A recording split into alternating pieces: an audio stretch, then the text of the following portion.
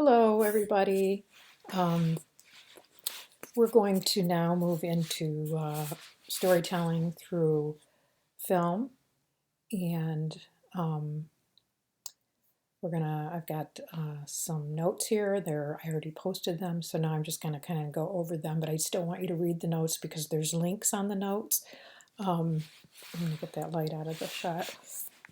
Um, so I want you to look at the links because it's just some little sections of film. Okay? So let me just go over the notes uh, here for you. So obviously, storytelling, screenwriting, video, film, it's all very visual. You know that because you've been assigning shots um, for your packages and for all your projects, actually. Um, so um, the pictures need to be saying something. They need to be um, complementing the audio. This link here, there's a link here, and you're going to look at it. Is from Gone with the Wind, and you're going to take a look at that. Um, so when you have your storytelling, your script, your events are revealing themselves in action. Your story is going to have a clear beginning, middle, and end. And sometimes you're going to take more time with some of your scenes. This week you're watching The Birds, an Alfred Hitchcock thriller from the 1950s, or I think it's early 60s actually. It's one of my favorites. It might seem very tame to you because it's a classic film, which I love. And I like to introduce people to classic films. But the schoolhouse scene is um, is a scene shot with a lot of intricate detail. And Alfred Hitchcock was a real master, and he's really revered in the film industry. So anyway, you have a link to that, and you're going to watch the whole film. Um, so your film storytelling, it has a hook. It has some aspect of the idea that's going to grab the attention. There might be a subplot. A lot of times there is. A lot of times it might be a romance. In Guardians of the Galaxy, there was a romance going on between the two main characters, but they were really trying to save the galaxy at the same time. So, in Star Wars, um, I don't know if you've seen the three original ones, but again, there was a big battle in the galaxy, and Princess Leia and Han Solo were also having a romance. So, a lot of times there's going to be some subplot. It doesn't have to be a romance, but a lot of times it is in certain movie genres. Um, so when we think about screenplays, we think about color. A lot of times color is used. Think of Charlie and the Chocolate Factory, whether you watch the Johnny Depp remake or the original. Very, very colorful scene, very cartoonish. So that sets the scene, as opposed to some of the old westerns like Clint Eastwood films. He made a lot of films. I don't know if you've watched any of them. My son likes them, so I've watched a lot. There's a movie called Good, Bad, and Ugly, and the film is very void of color. It's very neutral, it's very plain. The colors, everything in it. And it's kind of in the desert in the West, and it's to emphasize that feeling of loneliness and um, a lot of bad guys out there and not a lot of kindness and people are out to get each other. And I have two links there for you. Um, Lighting, of course, is used in for this same thing. Um, maybe a lot of times the thrillers, the horror movies, they're at night, so that's the lighting is dark to communicate creepy, scary, ghosty, that kind of thing. Um, Romances will be a lot of times at twilight, where the witching hour, where the lighting is really beautiful and it makes everyone look good, and that emphasizes the whole romantic um, genre of the film. How about movement? What kind of movement? Um, the movement in each image and between shots. Is it very slow moving or is it darting about like action adventure? Everything is very quick. The movement is all quick and running and going and here and there. And so the whole thing, you're just almost out of breath watching it. Or is it really slow? Like The Good, Bad, and the Ugly, I just talked about Clint Eastwood. things move very slow. Clint Eastwood is always moving slowly, even though people are out trying to kill him. So that's another area, another layer to storytelling. How have you organized? How's the writer organized the details um, in an image? I don't know if any of you saw the movie E.T. that was in the 80s that came out. I remember because I was in college. And there's a scene, and I have the link here, where E.T., the extraterrestrial, hides in the closet from the mother, and there's a bunch of stuffed animals. And E.T. just hides in there like it's one of the stuffed animals.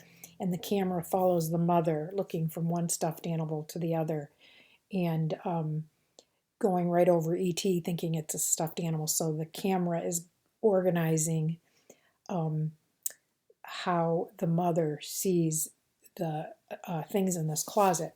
And there's a link there. How about sound? Do the sounds go with the images?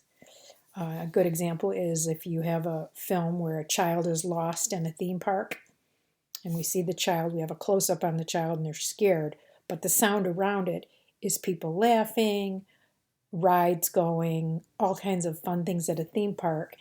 And that makes the child, that emphasizes that the child is lonely and isolated.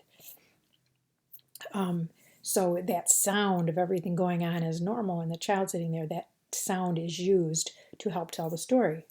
Your location, obviously, is going to help tell the story. You know, like I said, the Old West, they're out in the desert, and it feels lonely. And where's all the lawmen keeping things together? There aren't any. It's the Wild West. Um, Charlie and the Chocolate Factory, they're in this made up factory with all kinds of colorful things and, um, you know, chocolate rivers and all that kind of stuff. Okay, maybe there's contrasting elements that help tell the story. Again, the child at the theme park, everyone's having a blast, and the child is lost and scared out of his or her wits. So that contrasting element of the sound emphasizes the loneliness of the child. Or maybe there's a person walking down a street and they're lonely, but there's couples everywhere walking. So that contrasting element just makes that person even more lonely and makes that point even more clearly. How about a symbol or a metaphor, like in the movie Titanic, when the character throws the necklace down into the ocean? That necklace symbolizes the boat going down, the love that she lost because her loved drowned, or I think he actually froze to death in the movie. So that necklace was used as a symbol or a metaphor. So that's another thing you could build into a script. Let's talk about dramatic intent. Dramatic intent is the purpose or the design of a screenplay. Um, it's the main question the screenplay asks, or the thought a writer attempts to communicate through the story. What, in other words, what is the agenda of the writer? What message is the writer trying to propagate? And there usually is one. Um, you know, if you're a writer, you know, why are you writing? You have probably a reason that you're writing. Um, what do you want to write? What do you care about? What point do you want to make? Um, so, um, what's your dramatic intent? Why are you even doing it? Okay, a point of view. Who or what does the writer want you to root for? Who do they want you to condemn? The good guys, the bad guys? Um, or does the writer care? Either way, are they letting you decide? You, as the writer, get to decide that by the way that you write it. Um, and if you know right away, like in Guardians of the Galaxy, we know that um, Dan Quill, the character of the story, Chris Pratt, and his girlfriend and his little band of the Raccoon and Groot and Dave Ballista, I forgot the name of that guy in the show. But anyway, we know they're the good guys. They're this little band of kind of misfits all together. And Ronan and the others are the bad guys. And we know that right away because the writer writes that way. So we get the point right away that who we're supposed to root for. Okay, what about screenplay genres? So there's comedy, and comedy can just be just a straight comedy. It can be a romantic comedy. It can be a dark comedy where it's exploring a serious issue but in a comedic way, like the movie Jojo Rabbit, which was out a couple years ago. It was set during World War II, Nazi German, um, or Nazi Germany, and it was very comedic, but it was exploring a very serious and terrible story. So that's an example of that.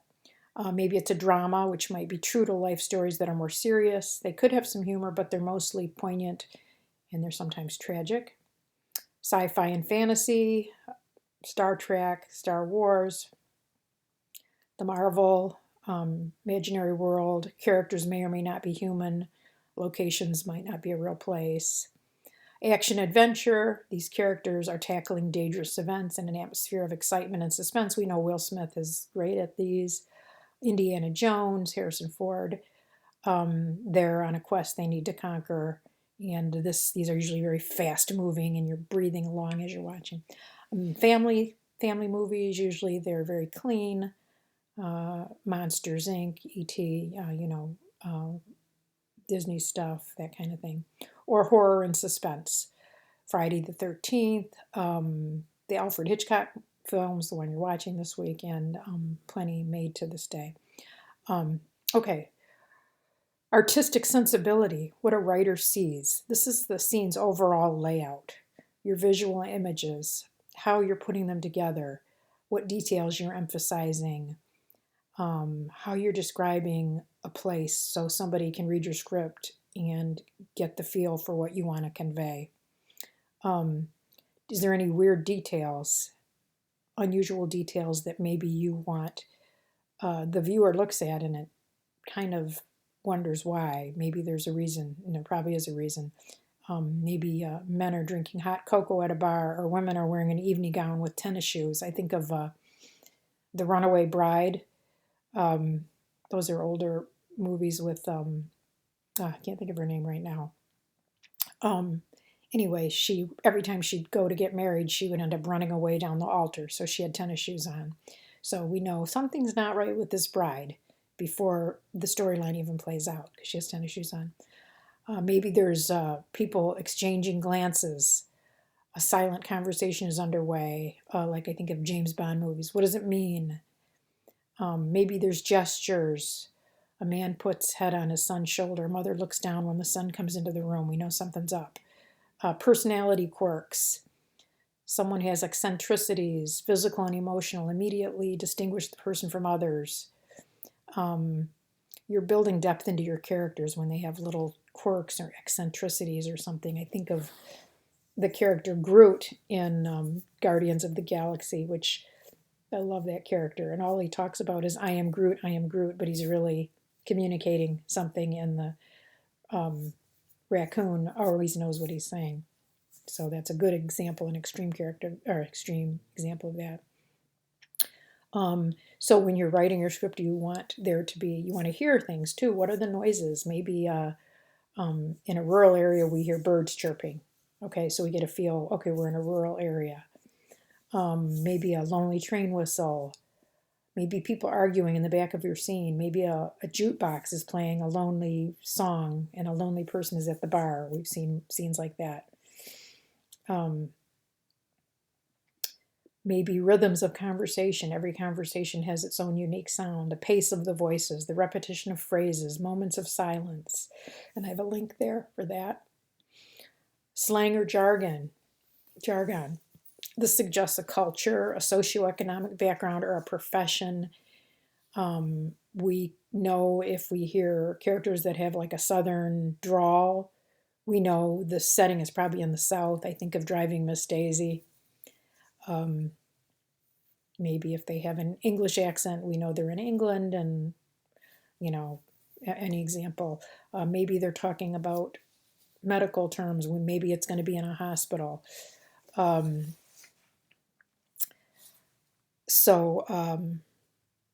talk about the 4 important P's of the story. The people, who's in your story. Think of every character that you have. Who are they? Where's your story going to occur? The place. So people, place. Is it all in one location, or does it go from one time frame to the next, or one location to another? A lot of times they do flashbacks, flash forwards. Maybe all in the same location, like can't believe how I forget stuff sometimes. No, forgot the movie. Michael J. Fox. Anyway, I'll think of it in a minute. Sorry, when you get my age, this happens. Sometimes you get like a brain freeze. Okay, so we talked about people, place, picture. What are we seeing? What's the story? What images? What colors? What textures? Movement? So on. We already talked about that. And what's your plot? What are your story's pivotal events? What's making it go from one event to the next? What's coming up next in your film? How about your opening image? How are you going to open it up? Maybe you're going to start with a person. And I have a link there. Guess who's coming to dinner? It's a airplane flying into an airport, and it's a couple getting off. This is an old film from the 1960s. This is a time like it was very controversial at the time because it's an African American man and a white woman who are a couple, and of course we know that's completely acceptable and fine culturally now, and it always should have been, but at that time it wasn't. So that's the point. That's the story of this movie. And the scene is we see this couple walking through the airport, and that's how they introduce it. And they're having fun, and they're talking, and they're dialoguing, and that's how this film starts. That's how they started it, and you don't know that the rest of the film is all going to be arguing and about racism and bigotry and that kind of thing. So maybe it's going to be it starts at a place, a flyover of a city. You often see films starting with a flyover of a city like New York City or something. That's a very common way to start a scene. A picture, maybe it's a close-up. Maybe we're starting with an image of a smoking gun on a sidewalk. That sounds like a Alfred Hitchcock would start something like that. Maybe your plot is going to start, if your story starts around a few major events, maybe it's a historical event. Maybe the story is going to begin in the middle of one, like in The Rookie, the movie The Rookie with Dennis Quaid. It begins and he's running down a field decades earlier, but later it becomes a very important part in the story. It's a baseball diamond for the entire town. So I think of the movie Dunkirk. It's a World War II movie, and they did a lot of. It was all I've never seen a movie do like be told like this. The story told. It was all flashed back, and one scene was a week prior, another was a few minutes prior, another was a few days prior, and it was showing them all in tandem. It was a little bit confusing, actually. I'm sure watching it a second time it would be less confusing, but it was very interesting, and it was very much action adventure. Okay, a 3-act structure. So your story is going to have a beginning, middle, and end. Pretty simple. 3 basic parts. Your act 1 is your introduction.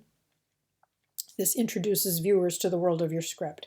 Here's your people, here's your places, here's your time frame. It's about setting it up.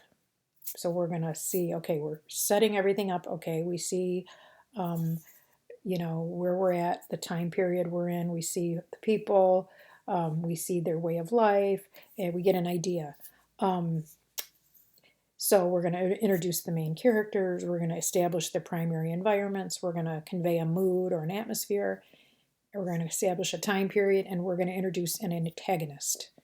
Usually we're going to introduce the protagonist, that's your main characters, but the antagonist, which could be a person, it could be a place, it could be a thing, it could be, I think of The Beautiful Mind, the antagonist was the main character's schizophrenia.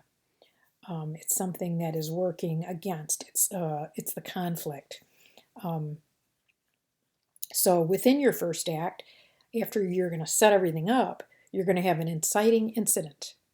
And that's going to start the ball rolling. The characters want something, like in a romantic comedy, the inciting incident is going to be something the characters want, something they want to find Mr. or Mrs. Right. And they have all these, something happens where they're not getting it. So the rest of the movie, they're trying to get it. What's going to prevent them from getting it? That's what's going to be part of your story. The inciting incident occurs when an action plunges the character into conflict. A piece of critical information arrives. A sequence of small events prepares the audience for the story. Okay, Plot point one occurs at the end of the first act, which is the beginning. Plot point one is going to push the action in a new direction. It's going to force the protagonist to make a choice and take a risk. It's going to raise the stakes. It's going to get the movie moving forward to the middle, which is the longest part. Okay, that's as far as we're going to take the lecture today. That's enough for you to do your discussion post, and and then we will leave off or take off where we left off next week.